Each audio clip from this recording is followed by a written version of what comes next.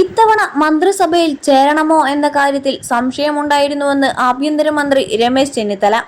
പ്രിയപ്പെട്ടവരും രാഹുൽ ഗാന്ധിയും ആവശ്യപ്പെട്ടതിനെ തുടർന്നാണ് താൻ മുന്നോട്ടു പോയത്. പാർട്ടിക്കെതിരായി ഒരു ശബ്ദവും ഒരു കാലത്തും ഞാൻ ഉയർത്തിയില്ല. എനിക്ക് വലുത് എന്നെ വളർത്തി വലുതാക്കിയ കോൺഗ്രസ് ആണ്. നഷ്ടങ്ങൾ ഉണ്ടാവും, എങ്കിലും പാർട്ടിയാണ് വലുതെന്നും രമേശ് ചെന്നിത്തല പറഞ്ഞു. ഈ തെരഞ്ഞെടുപ്പിൽ BJP എന്നെ വ്യക്തിഹത്യ നടത്തി.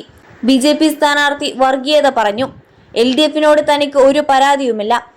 ഗൺമാൻമാരുടെ മർദ്ദനത്തിൽ SIT രൂപീകരിക്കാൻ പറഞ്ഞത് കോടതിയാണ്. കേസിൽ ഇതുവരെ ഇടപെടൽ നടത്തിയിട്ടില്ല. മനസാക്ഷിയുള്ള ആരെങ്കിലും ചെയ്യുന്ന പ്രവൃത്തിയാണോ നടന്നത്? 2 വർഷം അന്നത്തെ മുഖ്യമന്ത്രി അനങ്ങിയില്ല. SIT നൽകിയ പ്രാഥമിക റിപ്പോർട്ടിന്റെ അടിസ്ഥാനത്തിൽ 5ഓളം പോലീസുകാരെ കേസുമായി ബന്ധപ്പെട്ട് സസ്പെൻഡ് ചെയ്തിട്ടുണ്ട്. മർദ്ദിച്ച ഗൺമാൻമാർ നിയമത്തിന് അതീതരല്ല.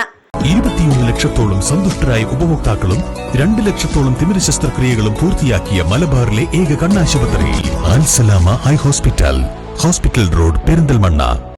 കോടതിയിൽ കേസ് വരും. കൂടുതൽ ആളുകൾ ഉണ്ടെങ്കിൽ പുറത്തു വരും. നിയമം അതിന്റെ വഴിക്ക് മുന്നോട്ട് പോകും. 2 ചെറുപ്പക്കാരെ പേപ്പട്ടിയെ പോലെ തല്ലിക്കൊല്ലാൻ നോക്കി. അതിൽ നിയമം ഇടപെടുന്നതാണ് ഇപ്പോൾ കാണുന്നത്. നിയമം കയ്യിലെടുക്കാനും അക്രമം കാണിക്കാനും ആര് വന്നാലും അത് അമർച്ച ചെയ്യുക തന്നെ ചെയ്യുമെന്നും അദ്ദേഹം പറഞ്ഞു. ET ഉദ്യോഗസ്ഥർക്കെതിരായ ആക്രമണത്തിലും രമേശ് ചെന്നിത്തല പ്രതികരണം നടത്തി. ET വന്നത് സർക്കാരിനെ അറിയിച്ചിട്ടല്ല. പിണറായിയിലും കോഴിക്കോടും ഇതുമായി ബന്ധപ്പെട്ട് പ്രശ്നങ്ങൾ ഉണ്ടായിട്ടില്ല. പോലീസിനെ അറിയിച്ചിട്ടാണ് അവിടങ്ങളിൽ ET ഇറങ്ങിയത്. പക്ഷേ തിരുവനന്തപുരത്ത് അത് ഉണ്ടായില്ല.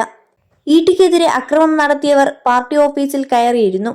പാർട്ടി ഓഫീസിൽ കയറി പിടികൂടുന്നത് ശരിയല്ല എന്ന് തോന്നി. പോലീസ് സമചിത്തതയോടെ ഇടപെട്ടു. വേണമെങ്കിൽ പാർട്ടി ഓഫീസിൽ കയറി പിടികൂടാമായിരുന്നു. 21 പ്രതികൾ പിടിയിലായെന്നും ഇവർക്കെതിരെ കർശന നടപടി ഉണ്ടാകുമെന്നും ആഭ്യന്തരമന്ത്രി രമേശ് ചെന്നിത്തല വ്യക്തമാക്കി.